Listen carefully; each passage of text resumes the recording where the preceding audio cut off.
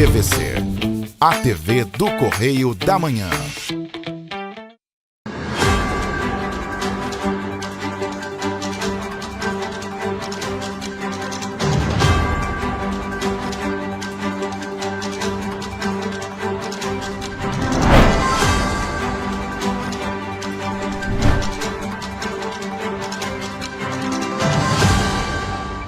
Olá, sejam bem-vindos ao nosso Correio Serrano na TV. Muito obrigado pela sua presença, sua audiência. Hoje, quarta-feira, chegamos com muita informação e eu tô de volta, viu? Tá de volta. Seja muito bem-vindo de volta. Olá, Jorge. Olá para você que nos acompanha. Chegamos com o nosso Correio Serrano na TV. E lembrando que você pode mandar para cá sua sugestão de reportagem, sua reclamação, sua denúncia para os nossos canais, que são quais, Jorge? Bom, já tá aí embaixo para você anotar e entrar em contato com a gente. TVC, Correio da Manhã, @gmail.com, nosso e-mail oficial. E é claro, tem o nosso WhatsApp, o meio mais fácil de entrar em contato. O DDD é o 24, o telefone é o 99323 1675. Manda sua mensagem, participa conosco. E hoje em Petrópolis o dia amanheceu lindo de viver, um céu azul. Vamos ver imagens feitas hoje bem cedinho. O céu estava limpo, céu claro, céu azul, sem nuvens. Vamos então às notícias desta quarta-feira, dia 27 de novembro. Brasil é o sexto país a alcançar 50 gigawatts de energia solar. Prévia da inflação oficial sobe para 0,62% em novembro. Ministério Público adia 1,3 bilhões de reais de repasses da Lei Aldir Blanc para 2024. Casos de diabetes tipo 2 afetam cada vez mais jovens e adolescentes. Desemprego cai no estado do Rio, mas Petrópolis registra saldo negativo pela primeira vez em 2024. E em Petrópolis, dívida da prefeitura agrava a crise da coleta de lixo. E mais, preconceito e discriminação atingem 70% dos negros. Só no estado do Rio foram mais de 11 mil denúncias neste ano. Agora no Correio Serrano na TV.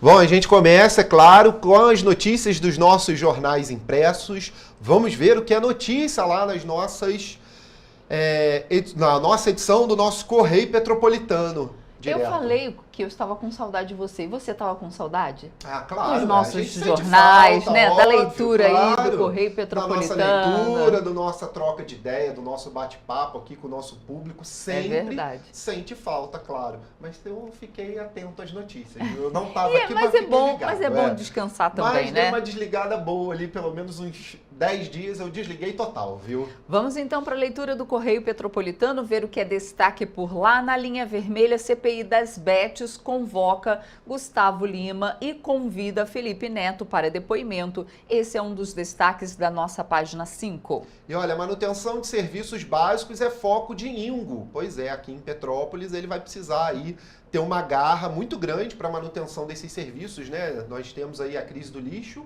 que explodiu. Início do ano, na verdade, a crise do lixo. E agora se agravou mais. Temos também o problema com o hospital, né? Com o Hospital Santa Teresa lá, aquela dívida lá que tem até março, né? Para resolver. E outros casos, né? E olha, Sinditurismo Petrópolis fala de melhorias para o setor regional. Também outro ponto que precisa ser também olhado com carinho aqui na cidade, viu?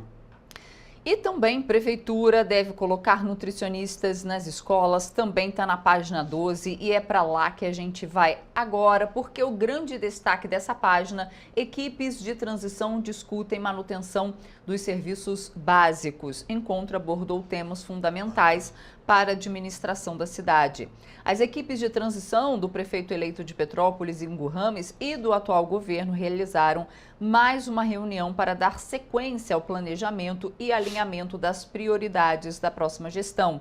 O encontro abordou o cronograma das secretarias municipais e avaliação de serviços essenciais, destacando temas fundamentais para a administração da cidade, realmente ele tem que assumir no dia 1º de janeiro com todos os serviços funcionando. Não pode haver, né, uma paralisação ali por conta da troca de governo, e até por isso que existe as equipes de transição para passar toda a bola, né, para outra equipe que está entrando, que foi eleita.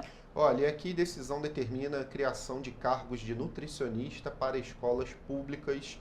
É uma decisão do Ministério Público do Estado do Rio de Janeiro, por meio da 2ª Promotoria de Justiça de Tutela Coletiva de Petrópolis.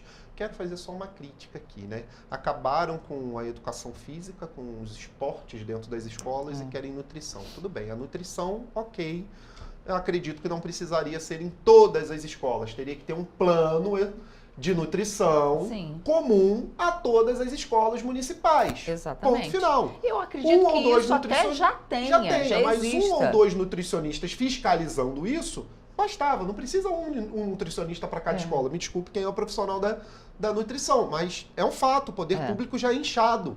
Imagina um profissional de nutrição para cada colégio. Tem razão. Cada colégio municipal. Agora, acabaram com a educação física, acabaram com filosofia nas escolas, acabaram com o poder das nossas crianças de pensar, né? E isso foi lá no Congresso Nacional, lembrando, e aí uma decisão dessa, a meu ver, completamente errada aqui, mas fica só uma crítica para o povo entender o que fazem com a nossa educação básica, fundamental, e, enfim, é uma crítica que não dá para deixar de ser feita. Vamos à nossa página 13 lá para o nosso Serrano Vamos agora? dar uma olhadinha nas petropolitanas aqui, porque fala que o CTO atende 130 homens em campanha do Novembro Azul, muito importante, e importância do diagnóstico precoce, fala aqui, e das eleições da OAB Petrópolis também, porque a cidade estava aí vivendo eleições, não só a cidade, né, mas o estado, né, todos ali de olho em quem seria eleito para a OAB,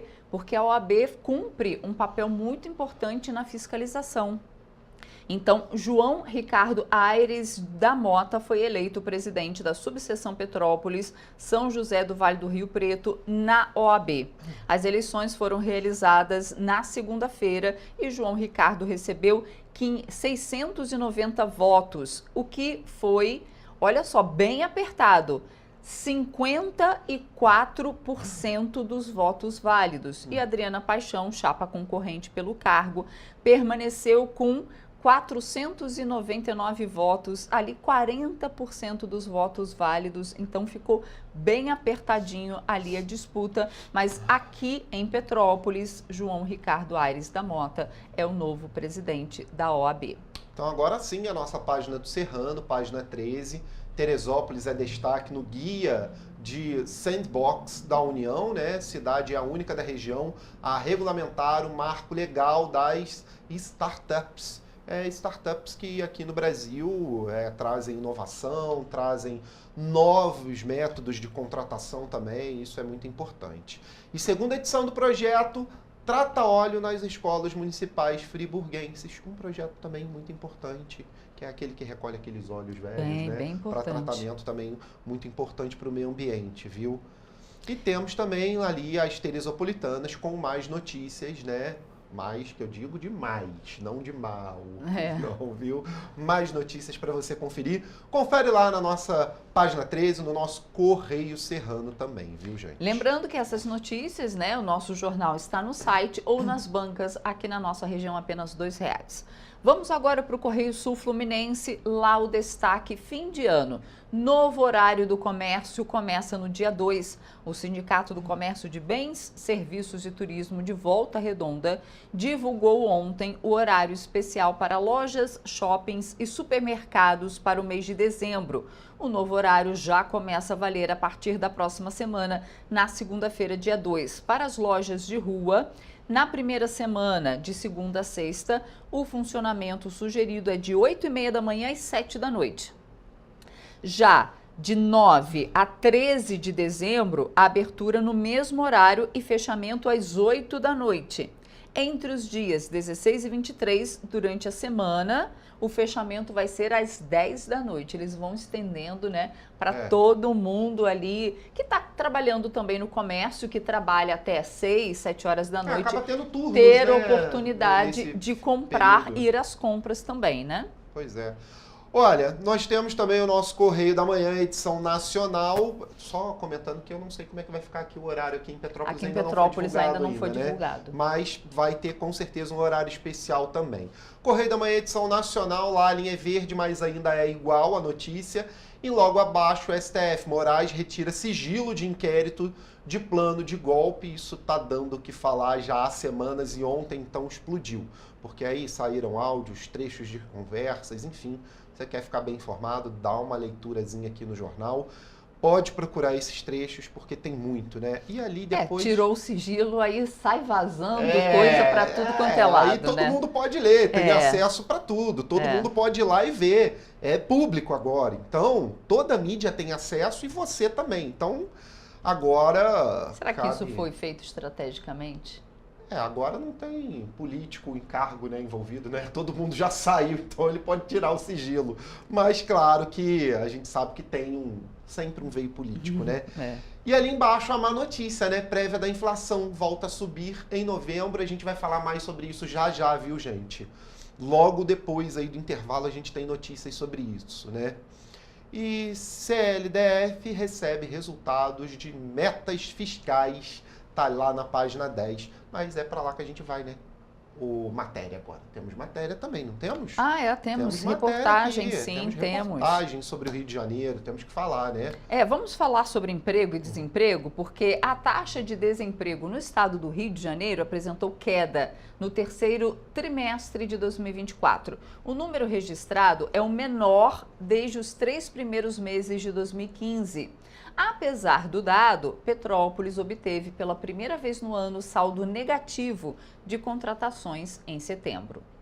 No terceiro trimestre de 2024, a taxa de desemprego registrada no estado do Rio de Janeiro foi de 8,5%, número que marca uma redução de 2,4 pontos percentuais em relação ao mesmo período de 2023, quando a taxa era de 10,9%. O índice é o menor registrado desde o primeiro trimestre de 2015, quando a taxa foi de 8,3%. Os dados são da Pesquisa Nacional por Amostra de Domicílios Contínua, a PNAD Contínua, feita pelo Instituto Brasileiro de Geografia e Estatística, o IBGE. No levantamento mais recente do CAGED, feito em setembro, Petrópolis fechou pela primeira vez em 2024 um mês com um saldo negativo de 116 trabalhadores. A última vez que a cidade tinha registrado saldo negativo tinha sido em dezembro de 2023, onde foram menos 288 postos de trabalho. E os petropolitanos não estão muito satisfeitos com as oportunidades de emprego oferecidas na cidade. Devido à idade, muitos não têm oportunidade. Muita gente desempregado, muitos jovens querendo oportunidade não têm. Conheço algumas pessoas que estão procurando tem tempo e não arrumam. A Cíntia Maria é moradora de Petrópolis e está desempregada há mais de 8 anos. E não consigo nada. Chamam para você fazer teste, faz o teste 2 dias e te dispensa, te joga na cara que você não passou. E você tem experiência no currículo e não dão a oportunidade correta para você fazer o seu desempenho. No panorama estadual, o número de desempregados apresentou uma queda gradativa de aproximadamente 53% na comparação entre o trimestre de 2021 com o terceiro trimestre de 2024. Nos 3 primeiros meses de 2021, o estado do Rio de Janeiro registrou 1.650.000 desempregados, número que agora é de 774.000 pessoas no estado. Bom, vamos falar agora de saúde, porque olha só, o diabetes é uma doença metabólica ocasionada por falhas na secreção e ação da insulina, que é responsável aí por regular a glicose no sangue. O tipo 2, mais frequente nas pessoas acima dos 40 anos, começou a alcançar aí adolescentes e jovens devido ao aumento da obesidade. A gente vai ver agora aí medidas práticas que podem ser adotadas no dia a dia, incluindo uma alimentação ideal para diabéticos. Vamos conferir. O diabetes tipo 1 é associado à destruição autoimune das células beta do pâncreas, levando à deficiência absoluta de insulina, enquanto o tipo 2 é desenvolvido devido à resistência à insulina e deficiência relativa na secreção de insulina. De acordo com o Ministério da Saúde, devido ao aumento dos casos de obesidade em todo o mundo, a diabetes tipo 2, que é mais frequente em pessoas acima dos 40 anos, começou a alcançar também jovens e adolescentes. Segundo os dados do último censo, no Brasil, nós possuímos cerca de 20 milhões de diabéticos diagnosticados. Mas de acordo com a Federação Internacional de Diabetes, a cada 3 pessoas com diabetes, apenas 1 sabe que tem a doença. A identificação do diabetes envolve a realização de exames de sangue, medição da glicose em jejum, além dos testes de tolerância à glicose e à hemoglobina glicada. Caso confirmado, o tratamento deve ser feito de forma correta para prevenir complicações graves e agudas. O diagnóstico do diabetes deve ser estabelecido pela identificação da hiperglicemia, ou seja, o excesso de açúcar circulante no sangue. Para isso, podemos realizar uma coleta de sangue, onde medimos a glicose de jejum, temos o teste de tolerância oral à glicose e também temos a hemoglobina glicada.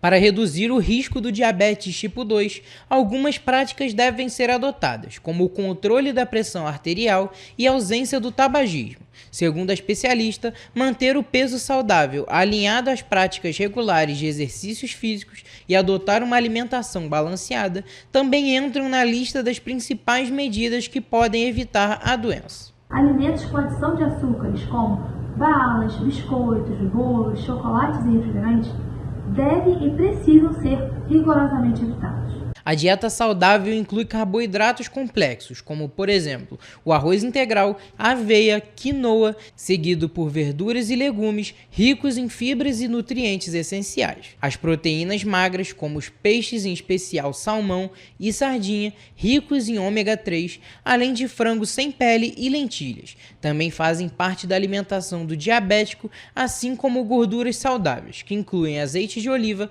abacate, nozes e, por fim, laticínios de baixa gordura, como o leite e iogurtes desnatados. Manter o peso controlado, praticar atividades físicas regularmente e ter uma alimentação saudável.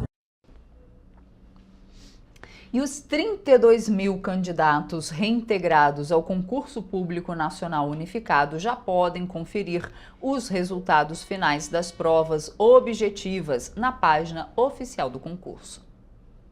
A mudança ocorre em razão do acordo judicial firmado na última quinta-feira entre a União, o Ministério Público Federal e a Fundação Sesgran Rio, banca examinadora do certame.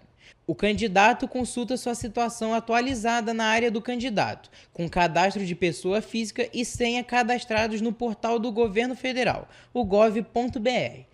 As notas finais das provas objetivas de conhecimentos gerais e específicos na parte Resultados e Convocações. Em seguida, o participante deve clicar em Consultar situação para acessar a nota para cada um dos cargos inscritos. No sistema de inscrições, cada candidato terá acesso a uma tela que explicará as situações possíveis, sem alteração, com alteração e alteração com envio de título. De acordo com os editais dos 8 blocos temáticos, os candidatos que não atingirem a nota mínima nas provas objetivas em quaisquer dos cargos indicados no ato da inscrição estarão eliminados e, consequentemente, não terá a prova discursiva ou a redação corrigida. Nos blocos temáticos de 1 a 7, para cargos de nível superior, as provas de conhecimentos gerais e específicos exigem um mínimo de 40% de acertos. As provas objetivas tiveram 70 questões de múltipla escolha, compostas de 20 questões de conhecimentos gerais de caráter eliminatório e classificatório, com 50 questões de múltipla escolha de conhecimentos específicos. Já no bloco número 8, para cargos de nível médio, o candidato deve ter o aproveitamento mínimo de pelo menos 30% de acertos, ou seja, acertar 6 questões. As provas objetivas de caráter eliminatório e classificatório tiveram 60 questões, sendo 20 de múltipla escolha de conhecimentos gerais e outras de 40 de conhecimentos específicos. Pois é, e só para conferir, vamos lá na nossa página do Correio da Manhã, edição do Distrito Federal, só para dar aquela olhada lá, né? Lá a linha é azul e é diferente a chamada. Celina Leão está na China para resgatar o VLT entre as W3 Norte e Sul e o aeroporto. Tá lá nas Brasilianas, escrito por William França, na página 8 do nosso Correio do Distrito Federal. E aí o resto bem parecido com o nosso jornal, né? Mas tem ali notícia sobre o Hemocentro, né, de Brasília também, né? Pois é, que bate recordes de doações. A Semana Nacional do Doador de Sangue está tendo destaque lá no Distrito Federal.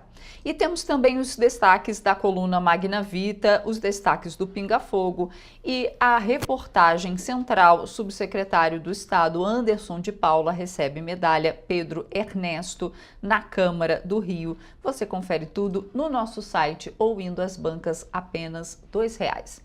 E a gente faz agora um rápido intervalo e na volta você vê que balança comercial do Estado do Rio acumula superávit de 14 bilhões de dólares nos 10 primeiros meses de 2024. Tem o Giro do Esporte, eu te trago umas novidades que saíram essa semana e, é claro, os jogos de ontem no Brasileirão que foram decisivos, viu?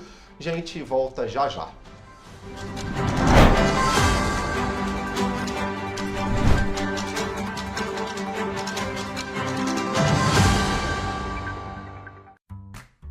Vem aí a 14ª Mostra Audiovisual de Petrópolis. Venha curtir a nossa programação com longas e curtas metragens, debates com realizadores, oficinas e masterclasses, além de fórum de educação e cinema. Tudo com entrada gratuita no Centro Cultural Sesc Quintandinha, dos dias 3 a 7 de dezembro. Siga a gente nas redes sociais e não perca!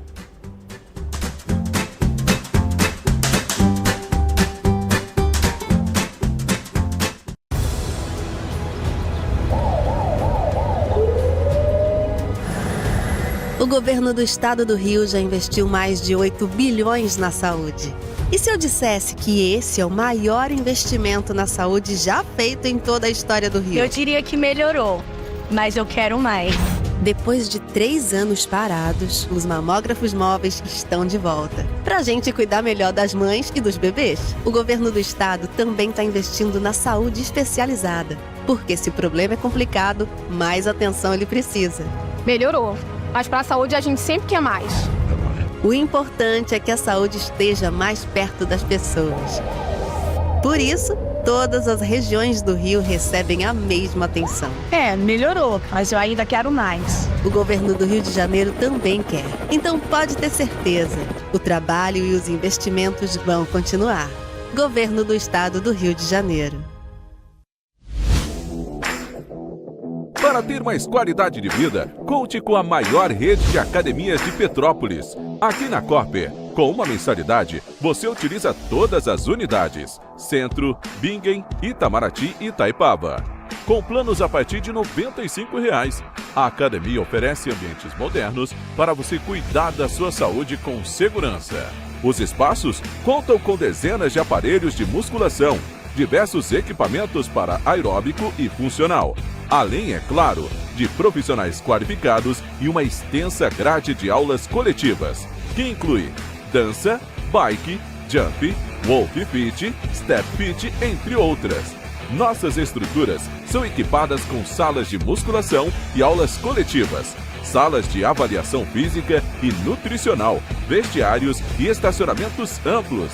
Venha nos fazer uma visita e surpreenda-se! Rio de Janeiro, atração o ano inteiro. Tem descanso, tem folia, noite e dia, alegria, sol e praia, diversão. No prato ou copo, a festa, o bar, museu ou bloco. Show, cultura, história, gravado na memória e no seu coração. Rio de Janeiro, vem se apaixonar.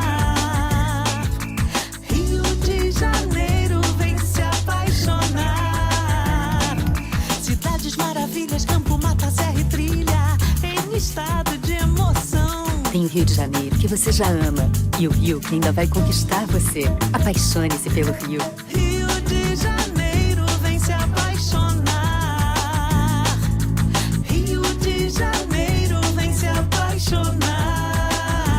Governo do Estado do Rio de Janeiro. Um bom jornal tem que ser direto, tem que ser direito.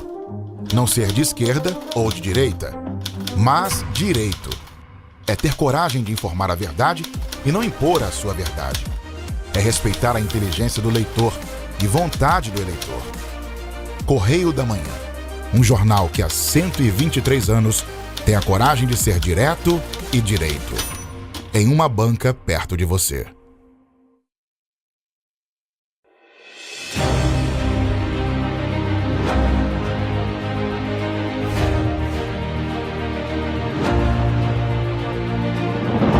Não é jornalismo de direita, é jornalismo direito. Correio Petropolitano. Tudo que seu jornal não deveria ter deixado de ser. Todos os dias, em uma banca perto de você.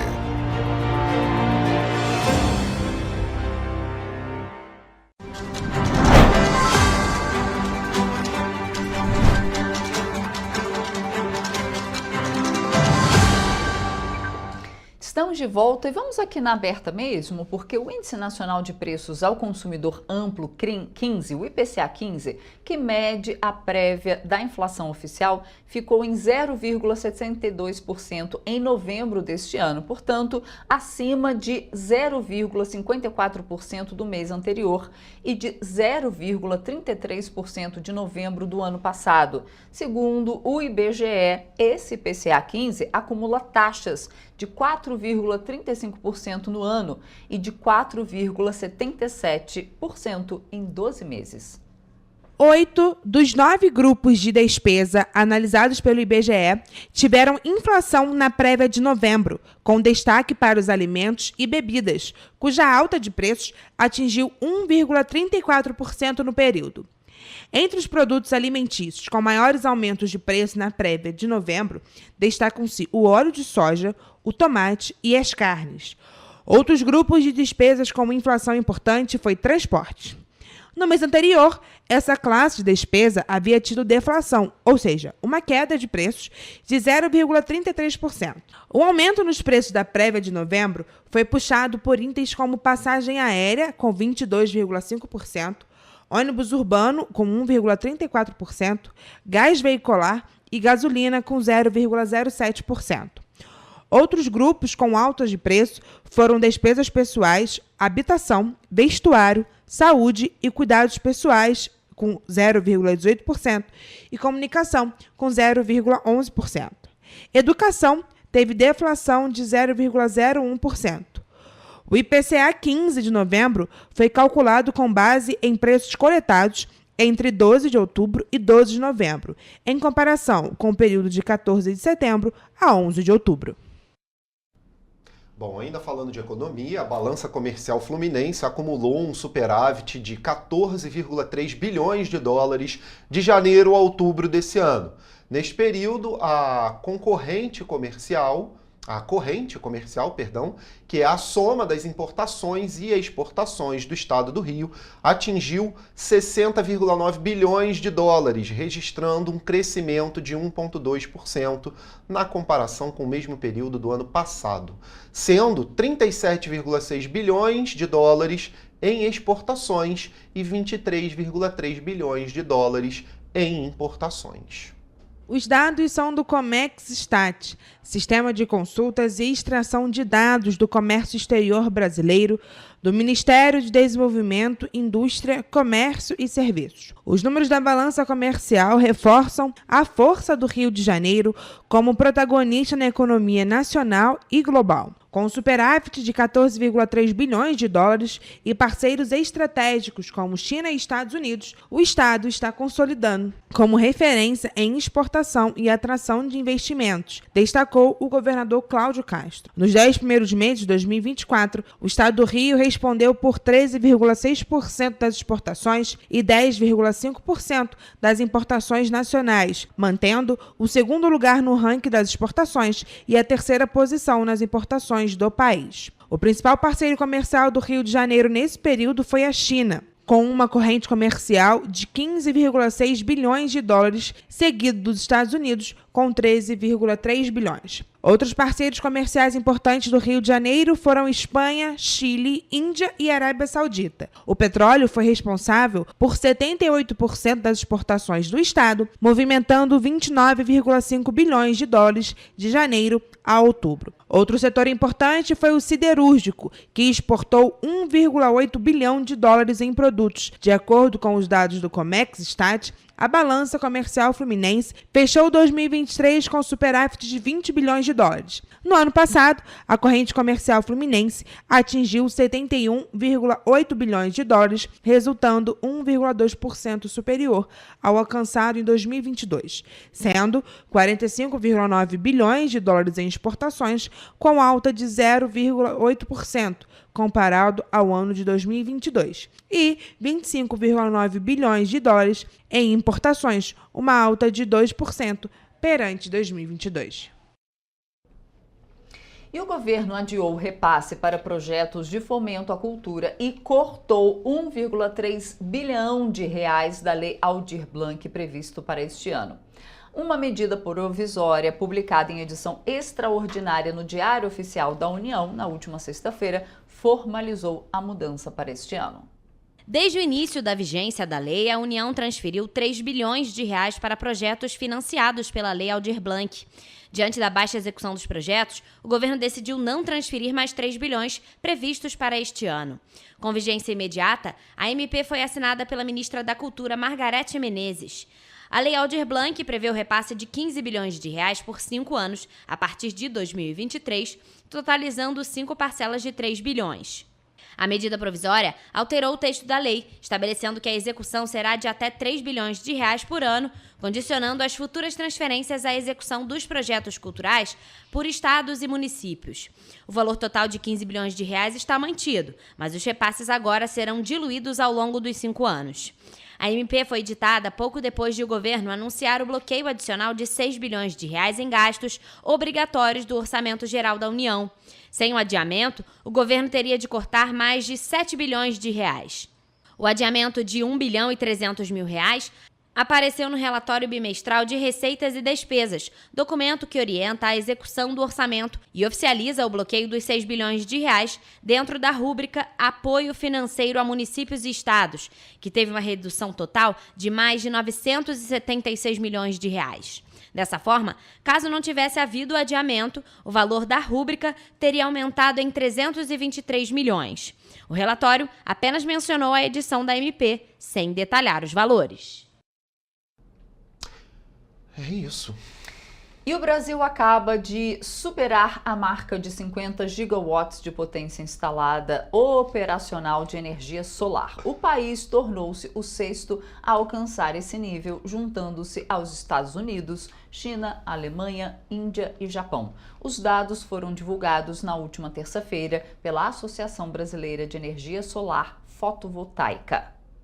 Em relação ao tamanho dos sistemas de geração, a produção de energia solar própria, por meio de pequenos e médios sistemas, lidera com 33,5 gigawatts de potência instalada. As grandes usinas solares representam 16,5 gigawatts. De janeiro a outubro, foram instaladas 119 usinas solares no país, que adicionaram 4,54 gigawatts de potência elétrica fiscalizada no Brasil. Os dados são do Ministério de Minas e Energia e da Agência Nacional de Energia Elétrica, a ANEEL. Por representar a potência efetivamente instalada, a potência fiscalizada é um pouco menor que a potência outorgada pela agência reguladora. Segundo a Absolar, a fonte solar representa 20,7% da capacidade instalada da matriz elétrica brasileira, estando em segundo lugar entre os sistemas disponíveis e só perdendo para a energia hidrelétrica. Essa divisão considera a potência operacional instalada, não o consumo no sistema elétrico. De acordo com o Sistema de Informações instalações de geração da ANEEL, a energia solar representa 7,94% da potência elétrica fiscalizada no país. No entanto, esse percentual considera apenas os 16,5 gigawatts produzidos pelas usinas solares. Desde 2012, informou a Absolar, a energia solar gerou investimento de 229,7 bilhões de reais no Brasil e resultou na arrecadação de 71 bilhões de reais aos cofres públicos. Essa fonte de energia evitou a emissão de 60,6 milhões de toneladas de gás carbônico no país. A entidade, no entanto, critica a elevação de 9,6% para 25% do imposto de importação sobre insumos e componentes de painéis solares. A medida foi aprovada há 2 semanas pelo Comitê Executivo de Gestão da Câmara de Comércio Exterior. Para a Absolar, a taxação desestimula o investimento e compromete o ritmo de crescimento da fonte limpa de energia no momento de transição energética. O Ministério do Desenvolvimento, Indústria, Comércio e Serviços justificou a medida como necessária para fortalecer a indústria local e gerar empregos no Brasil. Pois é, e olha só, em 2023, 85 mil mulheres e meninas foram mortas intencionalmente em todo o mundo, sendo que 60% desses homicídios foram cometidos por um parceiro íntimo ou outro membro da família. Um índice equivale a 140 mulheres e meninas mortas todos os dias ou uma a cada 10 minutos. Os dados foram divulgados na segunda-feira, Dia Internacional para a Eliminação da Violência contra as Mulheres, pela ONU Mulheres e pelo Escritório das Nações Unidas sobre Drogas e Crimes. De acordo com o relatório Feminicídios em 2023, estimativas globais de feminicídios por parceiros íntimo ou membro da família, o continente africano registrou a maior das taxas de feminicídios relacionados a parceiros íntimos e familiares, seguido pelas Américas e pela Oceania. Na Europa e nas Américas, a maioria das mulheres assassinadas em ambientes domésticos, sendo 64% e 58%, respectivamente, foram vítimas de parceiros íntimos, enquanto em outras regiões, os principais agressores foram membros da família. Além do assassinato de mulheres e meninas por parceiros íntimos ou outros membros da família, existem outras formas de feminicídio, que representam mais 5% de todos os feminicídios cometidos contra mulheres em 2023. Segundo a ONU, apesar dos esforços feitos por diversos países para prevenir os feminicídios, eles continuam a registrar níveis alarmantes elevados. E na segunda-feira foi celebrado o Dia Nacional do Doador de Sangue e os bancos de sangue dos hospitais federais do Rio de Janeiro promovem uma campanha para incentivar a doação nas unidades e as ações ocorrem até a sexta-feira. Segundo o Departamento de Gestão Hospitalar do Ministério da Saúde no Rio de Janeiro, como as unidades federais realizam cirurgias de grande porte, além de procedimentos de urgência e emergência e tratamentos de doenças oncológicas e hematológicas, é fundamental que os bancos de sangue estejam em nível estável para garantir o pleno atendimento dos pacientes. Os doadores devem cumprir alguns requisitos, como ter entre 16 e 69 anos, menores de 18 precisam de autorização do responsável, pesar mais de 50 quilos e estar bem de saúde e descansado. Não é preciso estar em jejum, mas deve-se evitar a ingestão de alimentos gordurosos nas 3 horas anteriores e bebidas alcoólicas por pelo menos 12 horas. Também é preciso apresentar documento oficial de identidade com foto. As restrições de doação são para grávidas, mulheres amamentando e pessoas que fizeram tatuagens ou colocaram piercing há menos de 6 meses. A listagem com os locais de doação está disponível no nosso site em tvc16.com.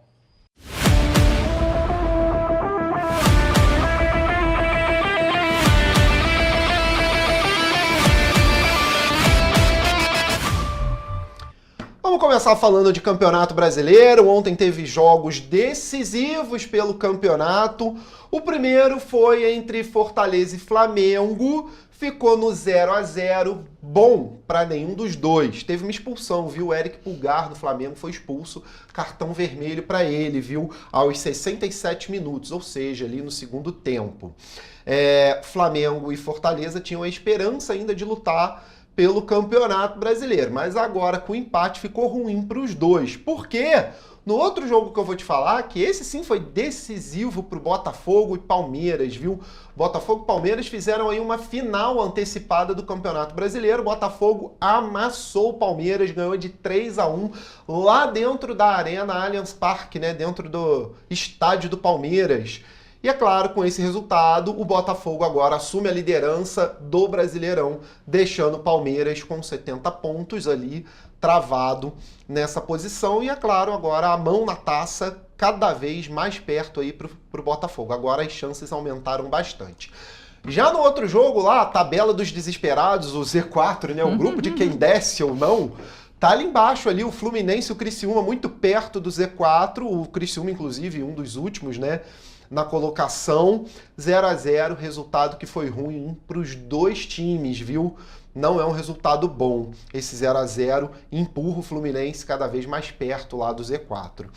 E a gente fala de Fórmula 1 porque essa semana saiu uma bomba na segunda-feira, viu? Tá aí já na foto. A GM Cadillac vai se tornar a 11ª equipe de Fórmula 1 em 2026. Será que isso aí é como se diz, um prelúdio do filme ano que vem? Porque ano que vem tem um filme da Fórmula 1 que se chama 11ª Equipe, que é o filme da Fórmula 1 estrelado ali pelo Brad Pitt. Mas a GM Cadillac fez, é claro, uma inversão dentro da sua administração, porque era Andretti GM Cadillac, o nome Andretti saiu, o Michael Andretti saiu da direção da empresa e assumiu outro diretor que falou, bom, o que interessa para a Fórmula 1?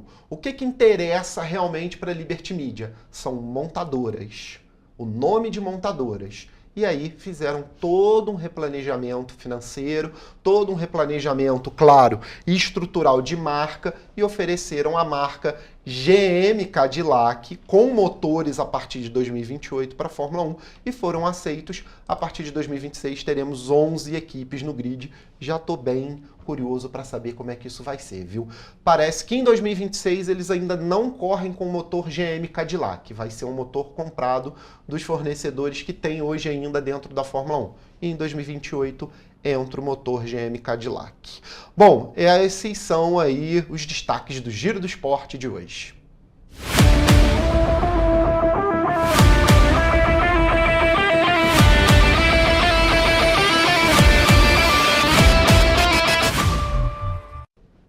E você vai ver depois do intervalo que dívida da Prefeitura de Petrópolis agrava a crise na coleta de lixo da cidade.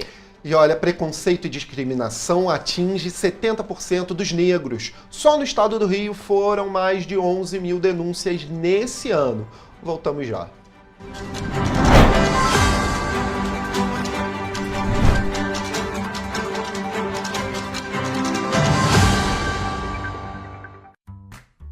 Vem aí a 14ª Mostra Audiovisual de Petrópolis. Venha curtir a nossa programação com longas e curtas metragens, debates com realizadores, oficinas e masterclasses, além de fórum de educação e cinema. Tudo com entrada gratuita no Centro Cultural Sesc Quintandinha, dos dias 3 a 7 de dezembro. Siga a gente nas redes sociais e não perca!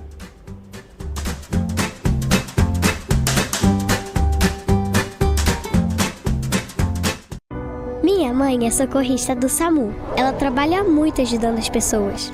Ela tá sempre pronta para atender todo mundo, em todo canto da cidade. E para atender as pessoas com mais agilidade, agora tem até moto, a motolância, e helicóptero também. Ela me contou que agora o Rio tem muito mais SAMU.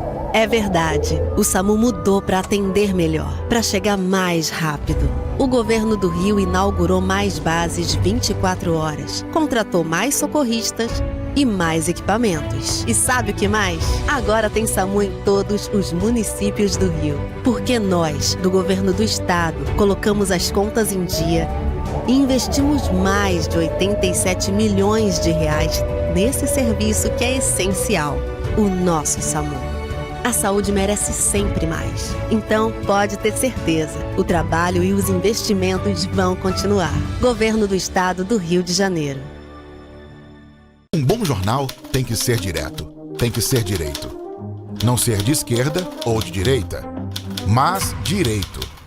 É ter coragem de informar a verdade e não impor a sua verdade. É respeitar a inteligência do leitor e vontade do eleitor. Correio da Manhã, um jornal que há 123 anos tem a coragem de ser direto e direito. Em uma banca perto de você.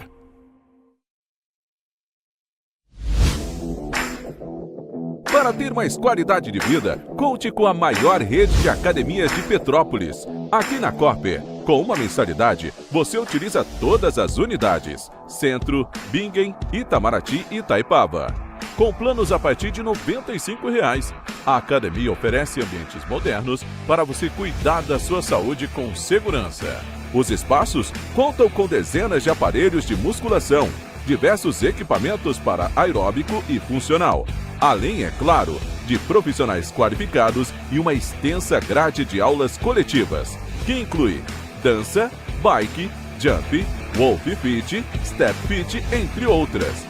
Nossas estruturas são equipadas com salas de musculação e aulas coletivas, salas de avaliação física e nutricional, vestiários e estacionamentos amplos.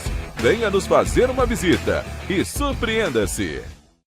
O Rio Imagem Baixada já superou a marca de 650 mil exames. Com cuidado especial para a saúde da mulher, o maior centro público de diagnóstico da América Latina tem capacidade para fazer 40 mil exames mensais e traz tudo num só lugar para atender com mais agilidade e eficiência. Rio Imagem Baixada, 9 meses. Chegou o resultado. O que era para poucos, agora é para todos. Governo do Estado do Rio de Janeiro. O trabalho não para, é todo dia e é de todos.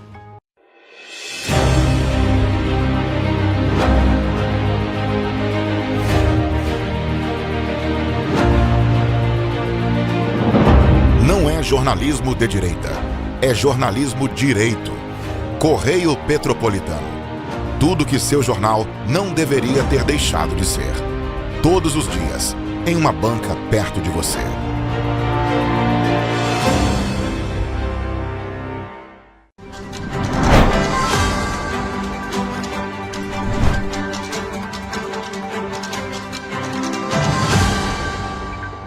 Estamos de volta e olha só, o município de Petrópolis enfrenta mais uma situação de crise em 2024.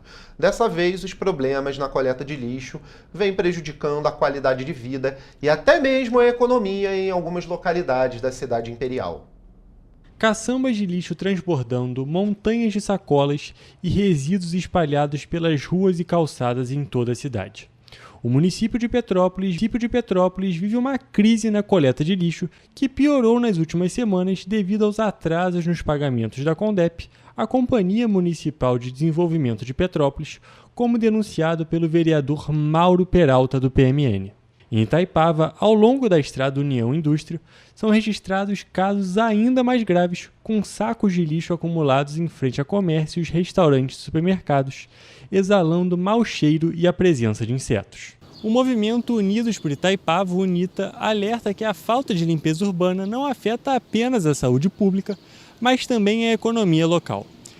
A presença de resíduos pelas ruas tem prejudicado bares, restaurantes e pousadas, e por isso o grupo fez um ofício e enviou para a Secretaria de Segurança e Ordem Pública e a Condep, exigindo soluções. A situação do lixo em Petrópolis piorou ainda mais quando a Força Ambiental, empresa responsável pelo aterro sanitário em Três Rios, se recusou a receber o lixo da cidade. De acordo com o vereador Mauro Peralta, a recusa ocorreu devido a uma dívida de R$ 1.400.000 do governo municipal com a empresa. Nas ruas, moradores da cidade demonstraram revolta com a situação do lixo. Não tem uma coleta de lixo decente, então isso vai permanecer sempre. Infelizmente é assim.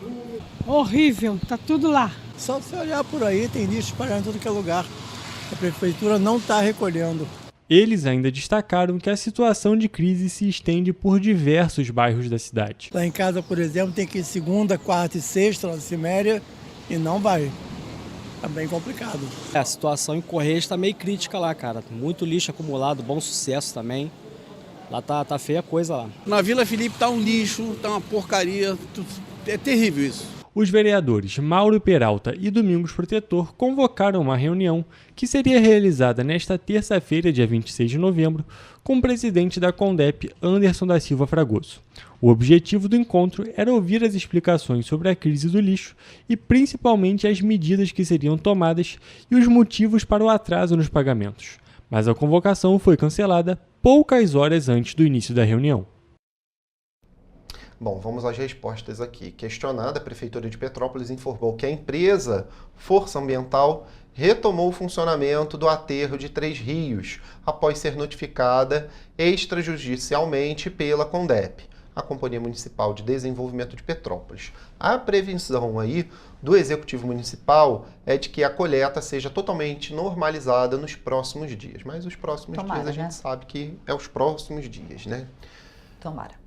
7 em cada 10 pessoas negras já passaram por algum constrangimento por causa de preconceito ou discriminação racial. O dado é de uma pesquisa de opinião realizada pelo Instituto Locomotiva e pela plataforma Question Pro entre os dias 4 e 13 de novembro. E no estado do Rio, só neste ano, foram mais de 11 mil denúncias por discriminação racial.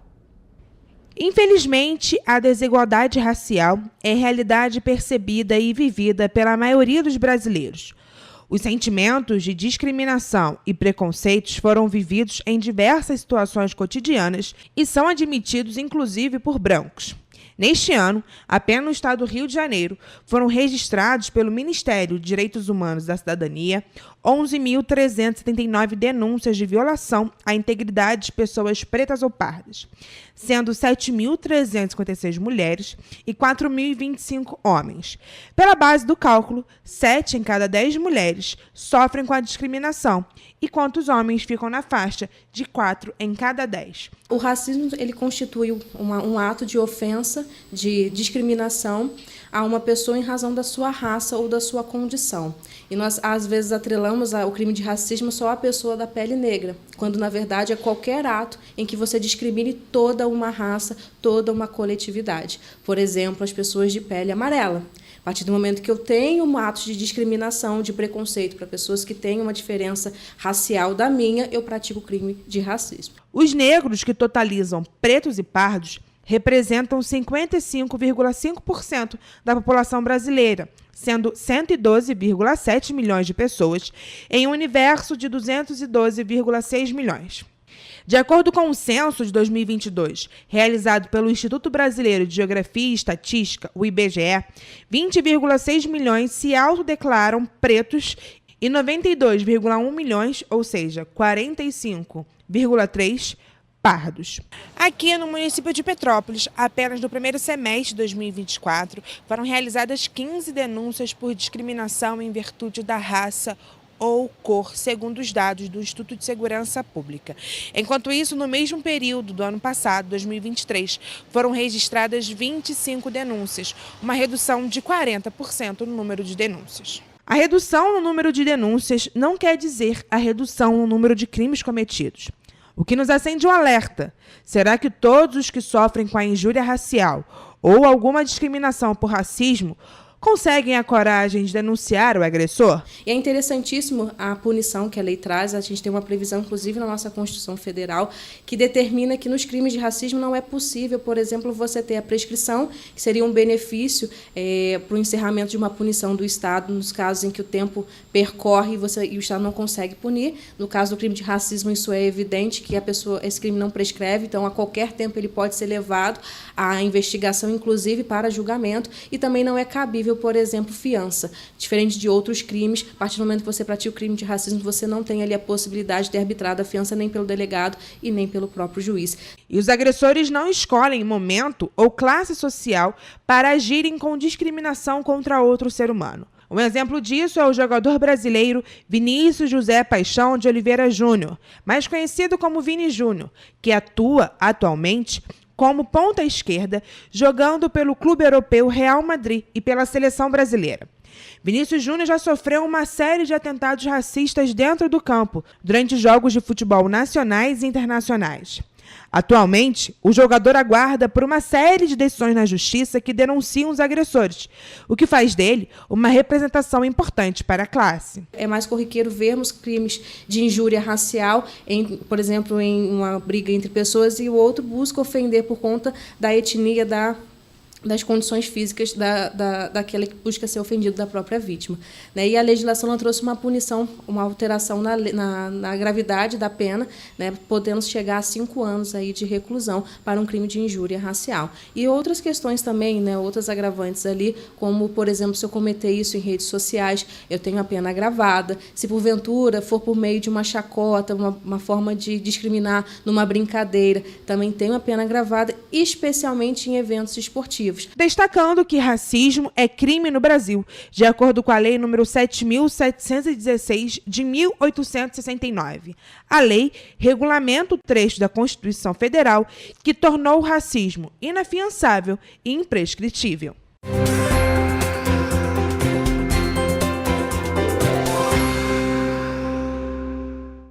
Começamos mais uma previsão do tempo, trazendo atualizações de como fica o clima e a temperatura para esta quarta-feira.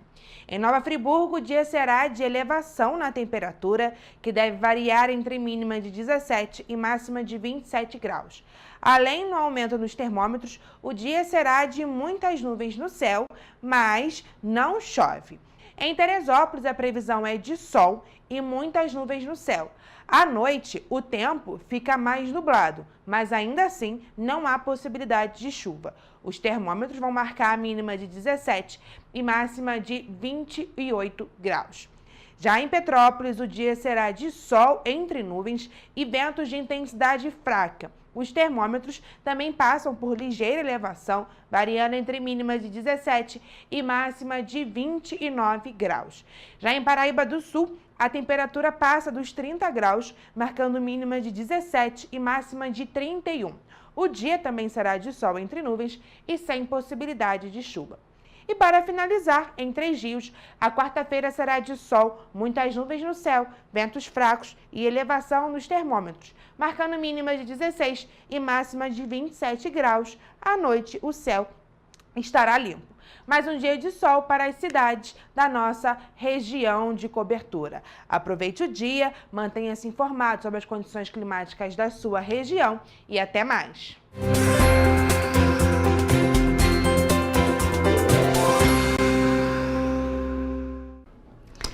Ficamos por aqui. Eu vou sair agora finalmente, para terminar a nossa edição. E é claro, amanhã, 7h30 da manhã, a gente está de volta aqui com muita informação, viu? Tchau, até amanhã. Tchau, tchau.